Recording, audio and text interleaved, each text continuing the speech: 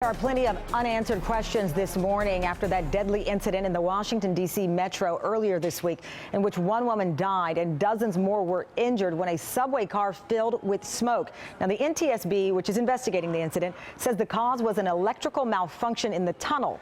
But the agency has declined to comment on specifics of what happened, including the timeline of the emergency response. The Washington Post reports that, according to some accounts, more than 40 minutes went by before firefighters showed up to rescue people trapped in that train, many of them fearing, as you can imagine, for their lives. The paper also reports that, quote, for reasons not yet clearly explained, firefighters waited in the station before entering the tunnel and walking 800 feet to the train. Joining me now is railroad engineering expert Gus Ubaldi. Thank you so much for joining us, Gus. Thank you for having me. So, as it was reported, D.C. Metro has long had trouble with evacuations. They promised in 2013 that it would review its protocols and conduct more training for employees and create a practice model for the train evacuations. Just in the information we've been able to obtain, and it's all still under investigation, what, if any, concerns do you have at this point about how this was handled? Well, I don't have all the details as you do either, but 40 minutes, there's a chain of events. The operator has to see that there's a problem. He has to alert his people, who have to somehow alert the emergency responders. The emergency responders have to get there and gain access to the tunnel. So those are kinds of things that you'd have to look at. But you mentioned that adding training, et cetera, things like that. I'm a member of the Civil Air Patrol, which is the official auxiliary of the United States Air Force, and we do something like 90 to 95% of the inland search and rescue. We don't wait for someone to get lost to go out and look for them. We practice all year long on simulated exercises so that when the real thing happens, we know what to do. And those are the kinds of exercises that Metro, I would hope, would be doing, and training its employees, training the first responders how to work in the environment of the tunnel.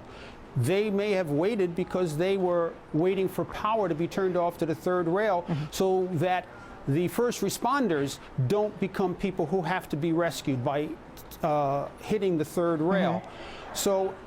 But there are ways to work around active third rails, and maybe first responders need to be trained in that sort of thing so that they don't have to wait for power to be cut off.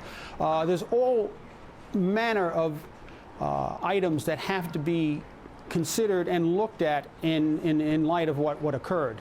Absolutely. And to your point, the mayor of D.C. has said it's unclear whether the firefighters thought that they could safely enter the tunnel where the trains are electrified by that third rail, as you mentioned. So it is an investigation in progress, but the larger picture, once again, is protocol, and whether it's D.C., New York, or Atlanta, or any place that you have these subway systems, if they are prepared to evacuate people in the event of an emergency. And we know this could have been far worse than what we witnessed.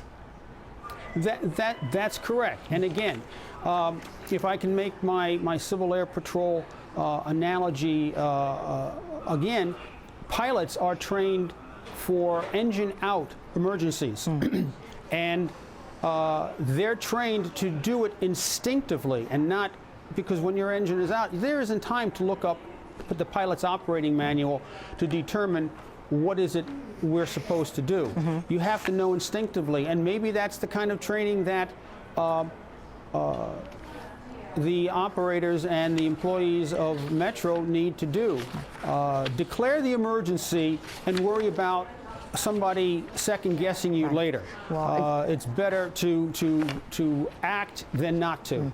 Well, again, all of this is still under investigation. We'll continue to update our audience on the results of the investigation. But Gus, thank you so much. Railroad engineering expert Gus Ubaldi. Thank you. Thank you for having me. Major discovery.